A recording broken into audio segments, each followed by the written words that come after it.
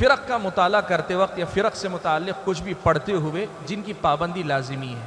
فرق کے بارے میں گفتگو کر رہے ہیں آپ، یا فرق کے بارے میں مطالعہ کر رہے ہیں آپ، یا لکھ رہے ہیں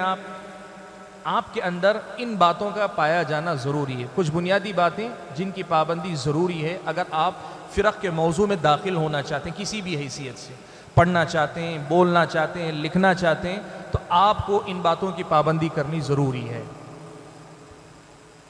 سب سے پہلی چیز جس کی پابندی کرنی ہے وہ ہے اخلاص۔ اللہ تعالیٰ نے قرآن میں ایک بات بیان فرمایا کہ وَكَانَ الْإِنسَانُ أَكْثَرَ شَيْءٍ جَدَلًا وَكَانَ الْإِنسَانُ أَكْثَرَ شَيْءٍ جَدَلًا۔ انسان کو اللہ تعالیٰ نے مزاج کے اندر اسے جھگڑالو بنایا، اس کے مزاج کے اندر جو ہے بحث و مباحثہ یا لے دے کرنا، سننے سنانے کی جو ہے ایک رغبت ہوتی ہے انسان کے اپنے نفس کے اندر۔ فرق کا موضوع اس کا جو ہے سب سے جو ہے کھلا میدان ہے، جہاں اس کی اس کہیے کہ طبیعت میں پائی جانے والی اس صفت کی تسکین ہوتی ہے، جہاں اس کی یہ ضرورت پوری ہوتی ہے۔ کچھ لوگوں کا مزاج ایسا بن جاتا ہے، اگر تربیت نہیں ہوتی، وہ جب تک کسی کے ساتھ جو ہے لے دے نہیں کر لیتے طبیعت میں بے چینی رہتی ہے۔ اس لیے بھوک لگتی ہے تو پیٹ کو کھانا چاہیے۔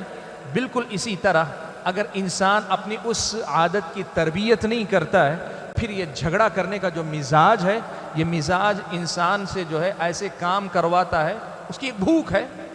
ہمیشہ اسے کسی نہ کسی معاملے میں الجھائے رکھتا ہے۔ فرق کے موضوع میں داخل ہونے والے کو سب سے پہلے اخلاص پر محنت کرنی چاہیے کہ مقصد ہمیں جو اہداف اور مقاصد ہم نے بتائے، ان مقاصد کو سامنے رکھ کر ہم ان موضوعات میں داخل ہوں، نئے کہ مقصد بحث برائے بحث، جھگڑا برائے جھگڑا، یا جس کو ہم کہتے ہیں کہ اپنی جیت جتلانا کہ میں جیتا تو ہارا، میں بہت اونچا تو نیچا، میرا یہ کمال ہے تیرے پاس وہ کمال نہیں۔ اگر یہ ساری چیزیں ہوگی تو یوں سمجھیے کہ یہ جو ہے بہت بڑا فتنہ ہے۔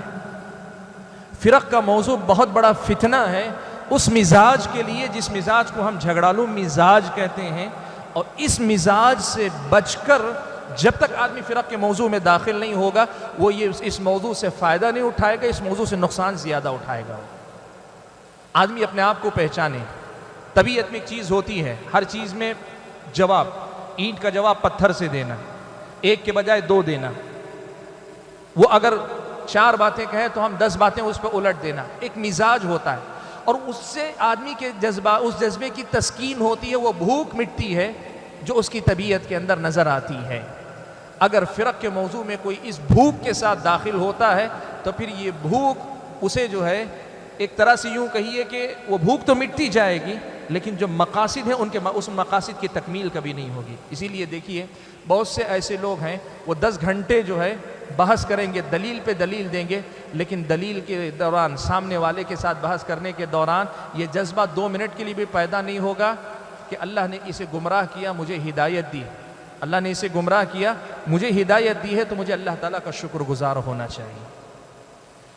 بہت بڑی بات ہے، یہ بہت اہم مسئلہ ہے کہ آدمی فرق کے موضوع میں داخل ہوتے ہوئے اخلاص کے اس پہلو کو، یا تعبد اللہ تعالیٰ کی عبادت کے ایک جذبے کو، اور جو مقاصد ہم نے ذکر کیے ان مقاصد کی تکمیل کے جذبے کو سامنے رکھ کر اس موضوع میں داخل ہو۔ یہ پہلی بات ہے۔ اگر آپ فرق کے موضوع کو پڑھ رہے ہیں، یا فرق کے موضوع پہ بول رہے ہیں، یا فرق کے موضوع پہ آپ لکھ رہے ہیں، تو آپ اپنے نفس کی اس کمزوری پہ قابو رکھ کر